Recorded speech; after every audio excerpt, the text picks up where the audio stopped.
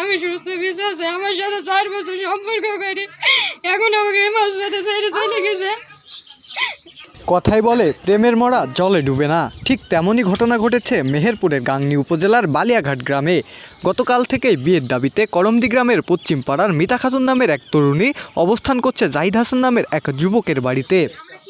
জাহিদ হাসান বালিয়াঘাট গ্রামের পশ্চিম পাড়ার মহব্বত আলীর ছেলে। ঘটনাটি দেখতে ভিড় জমাচ্ছে উৎসুক জনতা, আর পরিস্থিতি স্বাভাবিক রাখতে পুলিশ সদস্যরা উপস্থিত রয়েছে। জাহিদ হাসান ও মিতার দীর্ঘ 4 বছরের সম্পর্ক কাল হয়ে দাঁড়িয়েছে বিয়ের কথাবার্তা শুরু হওয়ার পর থেকেই। প্রেমের ঘটনা জাহিদের পরিবারের লোকজন জানলেও বিয়ের কথাবার্তা শুরুর পর তারা টালবাহানা করছে বলে জানান মিতা।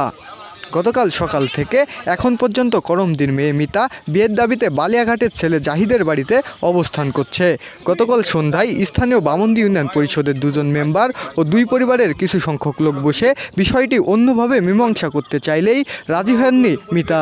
তিনি তার বিয়ের দাবি নিয়ে শেষ পর্যন্ত অবস্থান করবেন বলে জানিয়েছেন।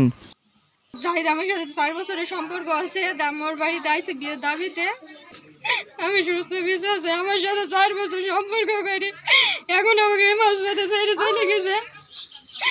পুলিশ ওরা আছে আর উভয় পক্ষ তারা ব্যবস্থা নিতে, তারা তাদের সমস্যার সমাধান করবে।